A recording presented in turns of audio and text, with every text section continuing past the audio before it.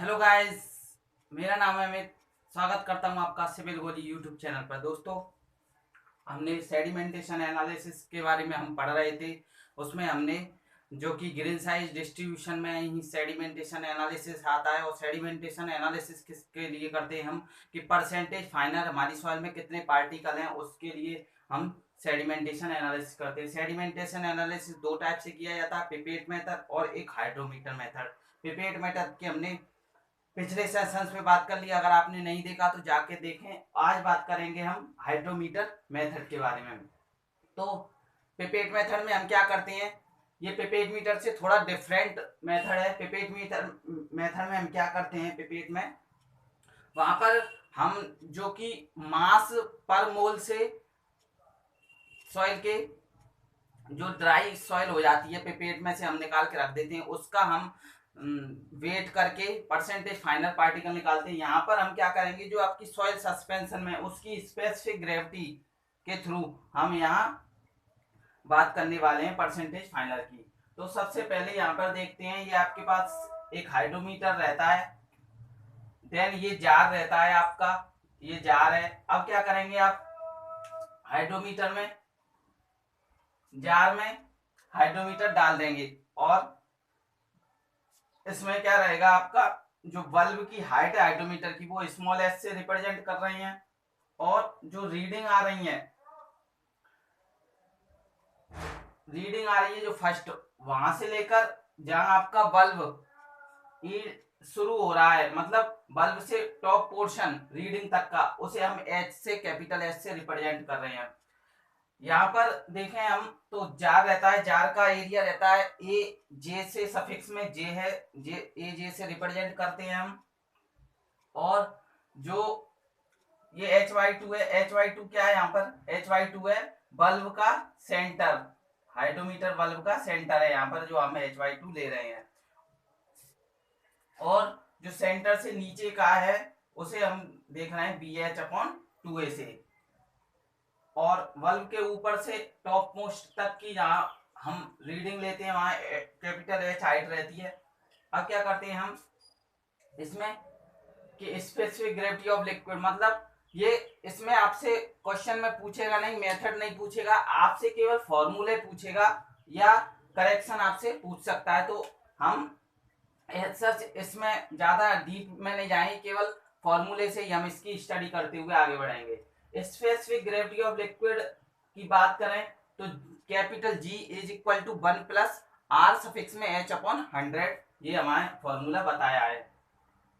Affective height of hydrometer की बात करें तो H E is equal to H plus 1/2 bracket close, bracket H minus B H upon A J. हम यहां से अफेक्टिव हाइट हाइड्रोमीटर की निकाल सकते हैं। अफेक्टिव हाइट की क्यों जरूरत पड़ रही है हमें, अफेक्टिव हाइट हम ले रहे हैं जो हमारी रीडिंग है, फर्स्ट रीडिंग से बल्ब के बी एच अपॉन टू ए यहां तक आ रहा है, वहां तक हम अफेक्टिव हाइट ले रहे हैं इसकी। अब देखेंगे करेक्शन रिक्वायर्ड फॉर हाइड्रोमीटर, कुछ करेक्शन रहते हैं इसमें, तो वो हम देखते हैं। सबसे पहले देखते हैं मेनिस्कस करेक्शन। मेनिस्कस करेक्शन आपका जो रहने वाला है वो हमेशा मेनिस्कस करेक्शन ऑलवेज पॉजिटिव रहने वाला है आपका। कैसी आएगी इसमें, एरर नेगेटिव आती है, यदि एरर नेगेटिव आ रही है तो हमें करेक्शन पॉजिटिव देना पड़ेगा, एक बात। दूसरा देखते हैं टेम्परेचर करेक्शन। टेम्परेचर करेक्शन में ये पॉजिटिव भी रह सकता है और नेगेटिव रह सकता है। तो इसमें दो केस आते हैं, क्या क्या केस आते हैं उसमें देखिए। यदि आपका टेम्परेचर 27 यानी 27 डिग्री सेंटीग्रेड से ज्यादा है, इसमें देखते हैं एरर हमें नेगेटिव मिलती है, तो करेक्शन हम इसमें भी पॉजिटिव लगाते हैं। ठीक है, अब इसको समझेंगे कैसे, देखिए ये आपका करेक्शन ड्यू टू डीफ्लोकुलेटिंग एजेंट है। जो टेम्परेचर करेक्शन लगाएंगे वो लगाएंगे पॉजिटिव, ठीक है। और यदि टेम्परेचर आपका 27 डिग्री सेंटीग्रेड से कम है तो करेक्शन ऑफ टेम्परेचर जो लगाएंगे हम वो नेगेटिव लगाएंगे। ठीक है, बस इतना याद रखना है, इतना ही पूछेगा ऑब्जेक्टिव में कि meniscus correction always positive, always negative, always positive और नेगेटिव और नीदर, तो आपको लगाना है ऑलवेज पॉजिटिव। टेम्परेचर करेक्शन में क्या पूछेगा कि टेम्परेचर करेक्शन 27 डिग्री सेंटीग्रेड से ज्यादा है तो किस प्रकार का हम टेम्परेचर करेक्शन लगाएंगे, यदि 27 डिग्री सेंटीग्रेड से लेस देन है तो कैसा टेम्परेचर करेक्शन रहेगा। तो आप ये 27 डिग्री सेंटीग्रेड से ज्यादा तो पॉजिटिव और 27 से कम तो negative. Correction due to deflocculating agent, deflocculating agent हमने पिपेट मेथड में भी बात की थी और इसमें भी बात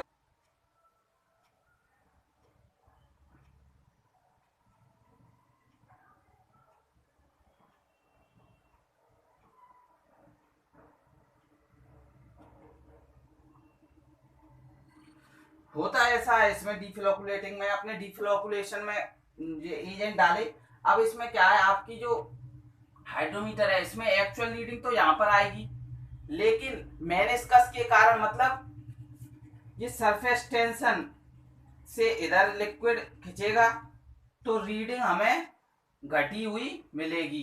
तो रीडिंग हमें मिलनी चाहिए थी, इतनी मिल रही है, इतनी मेजर रीडिंग, तो एरर कैसी आई हमारी नेगेटिव। अब नेगेटिव एरर है तो हम करेक्शन देंगे पॉजिटिव। चलिए दोस्तों, ये आपको समझ में आया होगा। और इसका जो फॉर्मूला रहता है वो रहता है R H is equal to R H dash plus M plus minus C T minus C. ये फॉर्मूला भी आपसे ऑब्जेक्टिव में पूछा जा चुका है तो इसको भी आप याद रख सकते हैं।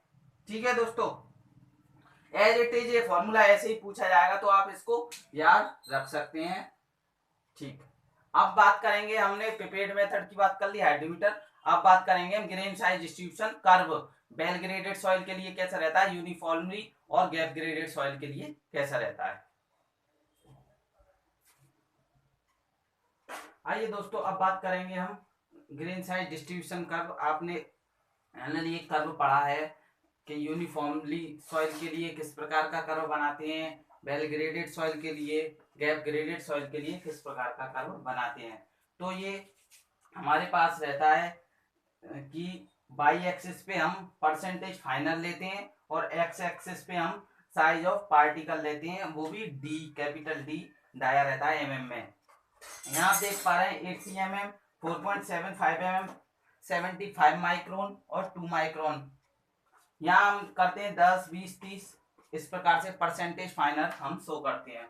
तो जैसा कि आपको पता है कि 4.75 टू 80 mm यदि आपके सॉइल के पार्टिकल का साइज है तो हम ग्रेवल में उसको रखेंगे। अगर 75 माइक्रोन टू 4.75 mm है तो हम उसे सैंड में रखेंगे। 2 माइक्रोन से लेकर 75 माइक्रोन है तो हम कहेंगे कि ये सिल्ट है, और लेस देन 2 माइक्रोन रहेगा तो हम कहेंगे ये क्ले है। सबसे पहले देखते हैं हम यहाँ पर यदि आपका कर्व इस प्रकार से है, किस प्रकार से है, कुछ इस प्रकार से है, आपका कर्व इस प्रकार से है, ठीक है, इस प्रकार से। तो इसमें आप देख पा रहे हैं कि 80 mm और 2 माइक्रोन, तो डिफरेंट डिफरेंट पार्टिकल इस कैटेगरी में आ चुके हैं। मतलब बड़े से बड़ा भी सॉइल का पार्टिकल और छोटे से छोटा भी पार्टिकल सॉइल का है। तो इस कर्व को हम कहेंगे कि ये कर्व है किसके लिए, वेल ग्रेडेड सॉइल के लिए। वेल ग्रेडेड सॉइल की हमने डिफिनेशन पढ़ ली थी, तो ये वेल ग्रेडेड सॉइल के लिए जिसमें मतलब हर टाइप के पार्टिकल हमें देखने को मिल रहे हैं। अब नेक्स्ट, यदि आपका कर्व कुछ इस प्रकार से बन रहा है, कुछ इस प्रकार से आपका कर्व बन रहा है,